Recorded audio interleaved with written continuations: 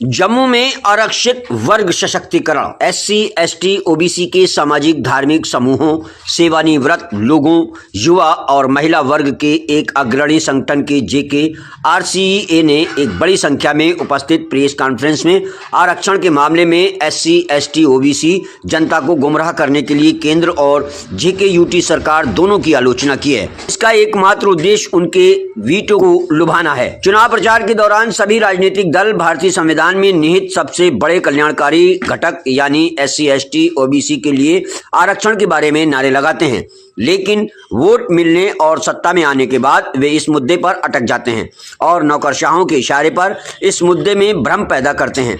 Doctor Farooq Abdullah के नेतृत्व वाली नेशनल कॉन्फ्रेंस ने चुनाव से पहले घोषणा की थी, आरक्षण नीति की समीक्षा की जाएगी और किसी भी अन्याय और असंतुलित को ठीक किया जाएगा, लेकिन उन्होंने आरक्षण के मुद्दे की विस्तार से समीक्षा करने के लिए लगभग 2 महीने पहले एक उप समिति बनाई, लेकिन समिति एक बार भी बैठक करने में विफल रही। इसके अलावा प्रेस कॉन्फ्रेंस में क्या कहा गया, आइए जानते हैं। जम्मू से ब्यूरो चीफ ऋषि कुमार की report. Jammu Kashmir reserve categories parliament alliance की ओर से की जा रही है और मैं professor Girdharlal Thapa, working president of जिकारसिया, आप सब वीडियो बंधु का आज की प्रेस कॉन्फ्रेंस में वेलकम करता हूं, स्वागत करता हूं। मुद्दे तो हमारे बहुत सारे हैं, लेकिन आज हम एक दो पे ही बात करेंगे।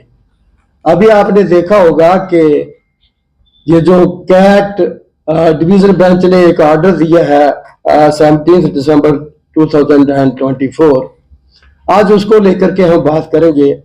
उस ऑर्डर के मुताबिक ये जो हमारा restoration of reservation in promotion जो है, या ये जो प्रमोशन दी जाती है हमें as per the roster points, वो ऑर्डर क्लियरली कहता है कि इनको दी जानी चाहिए, ये मिल जाए इनको। तो मैं आपको लेता चलूं कि जो हमारा restoration of reservation in promotion जो है, ये बहुत पुराना इशू है।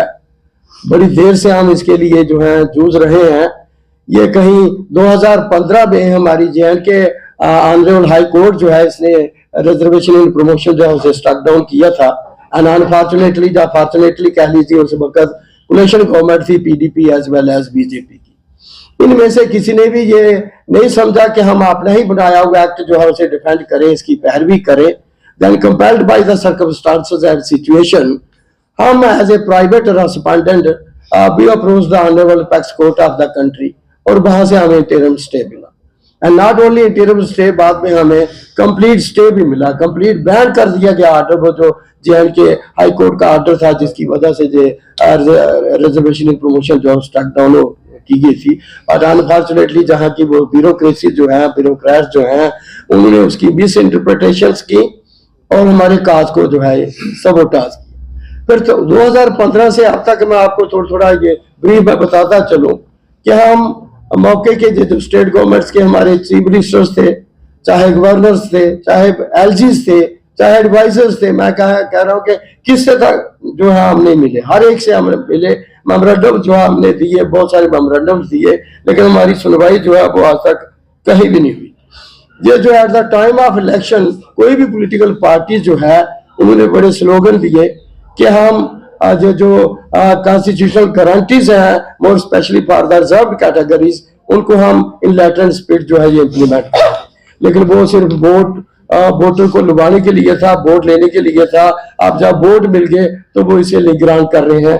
At the time of election even मैं जो प्रेसिडेंट हमारे नेशनल कॉन्फ्रेंस के हैं डॉक्टर फारूक अब्दुल्ला, इन्होंने भी कहा था कि रिजर्वेशन पॉलिसी जो है that will be review and in any injustice and imbalance will be corrected. और शायद इसी को मद्देनजर रखते हुए उन्होंने एक कमेटी भी बनाई है। I think that committee is comprised of 3 cabinet ministers, but unfortunately अभी तक उसकी एक भी मीटिंग जो है वो नहीं हुई है। तो इस सिलसिला में जो तमाम मैंने कहा कि चाहे वो सीएम थे, गवर्नर्स थे, चाहे एलजी से हैं, ये जो मौजूदा एलजी जो है, एक बार हमें इनसे भी मिलने का मौका मिल गया और 2-2.5 साल हो गए हैं मेरे ख्याल। तो इन्होंने हमें एश्योरेंस दी कि मैं आपको 10 दिन के बाद बुलाऊंगा, लेकिन आज 2-2.5 साल गुजर गए हैं, उनके 10 दिन जो है वो नहीं पूरे हुए। और मैं ये देखता हूँ कि मुझे समझ नहीं लगती कि ये हमें सुनना ही नहीं चाहते हैं, हमें टाइम ही नहीं देते हैं। We have requested him so many times कि हमें सुन लिया जाए, हमारी प्रॉब्लम्स क्या है, ग्रीवेंसेस क्या है, लेकिन नहीं मौका देते हैं।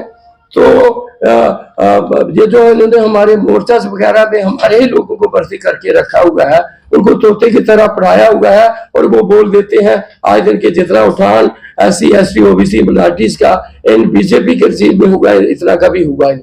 जबकि मैं कहता हूं कि जितना नुकसान हमारा इस टेनोर में हुआ, इतना कभी हुआ ही नहीं। हम कई बार कह चुके हैं कि हमें एक वाइट पेपर शाया करके दे दीजिए, जेके ड्यूटी भी वाइट पेपर निकाले और सेंट्रल गवर्नमेंट भी वाइट पेपर निकाले कि इन तमाम 10 सालों में इन्होंने हमारा क्या भला किया है, क्या उठान किया है। फिर पता लगता है कि